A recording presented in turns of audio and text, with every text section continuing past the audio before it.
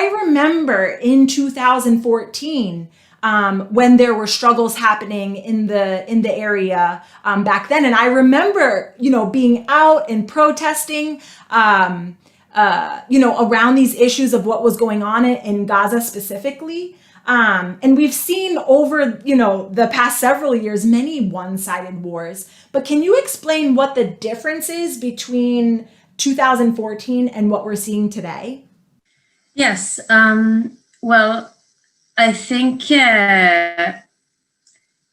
what happened in 2014, the devastation that it brought on Gaza, I mean, that's a similarity, I guess. But when we're talking about the differences, I think that the differences in period, in the kind of the era in which we're in, are very striking. And the things that Yasha was talking about earlier, about the positive developments, about the victories and the uprising, popular uprising of Palestinian masses, this was something that didn't happen and on the same scale at all in 2014. And I mean, I want to talk about that a little bit more because, so as Yasha has mentioned, in the days before the war that was waged by the Israeli regime move to Gaza, we saw a heroic mass movement of Palestinian youth in East Jerusalem. And I mean, it's a dialectical process, I think, because these developments of mass struggle are extremely important, and the fearlessness that Palestinian youth have shown, their determination to struggle, the rise in confidence, thanks to the gains that were made, are all very positive elements. And they also echoed, by the way, things that happened after 2014. There was a mass protest movement in 2017, also against police repression and provocations made by the Israeli regime in Al-Aqsa, and that movement won in 2017. And these gains that were made back then, the achievements were actually lessons for the movement now. Maybe I'll have time to talk about it more later, but I will also say that this follows a mass movement of Palestinian people in 48 borders against police, against violence within Palestinian society, which was hit very hard also in 48 borders by the COVID-19 crisis. But yeah, so the Palestinian youth that were mobilized during these mass demonstrations actually moved on to protesting in East Jerusalem. And so Yasha mentioned how reaction reared its ugly head and the brutal attacks on Gaza and Al-Aqsa, and how I mean, and it actually also led to protests in Palestinian cities and communities all around the area, so also in 48 borders around the country, and in the West Bank, of course, and also in Jordan and Lebanon. And I just want to mention, because I think that, as I said before, it's dialectical. There was a very negative but both positive development when these protests that were, again, fearlessly Palestinian youth were out on the streets protesting, and these protests were brutally oppressed by Israeli police.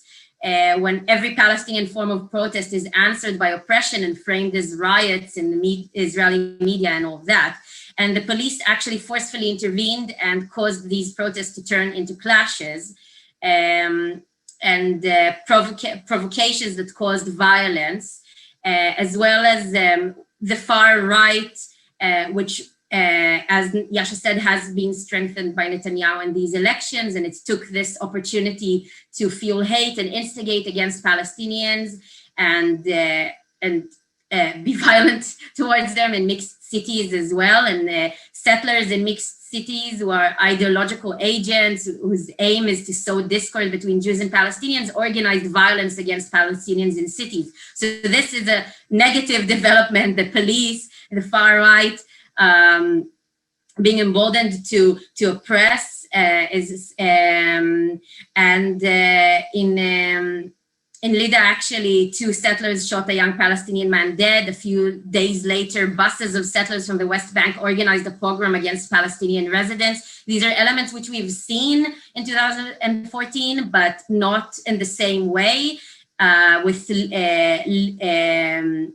dozens of lynches across the country. And the police was not only attacking protests, also arrested dozens of Palestinian activists, and stood by when the violence was directed towards Palestinians, even protecting settlers who were attacking in some places. So this, everything that I just said is like unprecedented negative developments. And it actually, the degradation to violence caused also attacks against Jewish residents in mixed cities, when Jewish businesses, synagogues were burnt. Jewish people were also lynched in cities. And and mixed communities will actually have to recover now from these clashes and restore trust between neighbors and residents. But again, dialectical.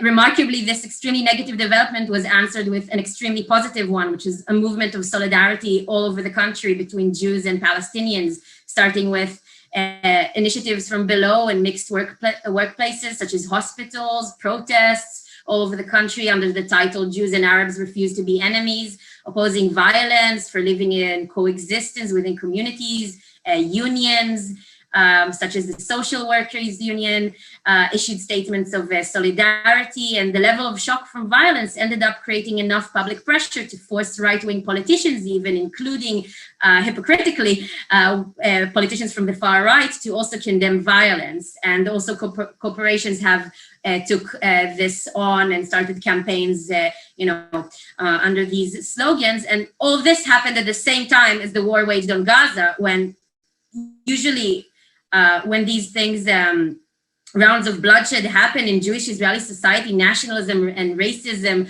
resurface. We've seen this, but at the same time, we've seen a mass display of solidarity between Jews and Palestinians.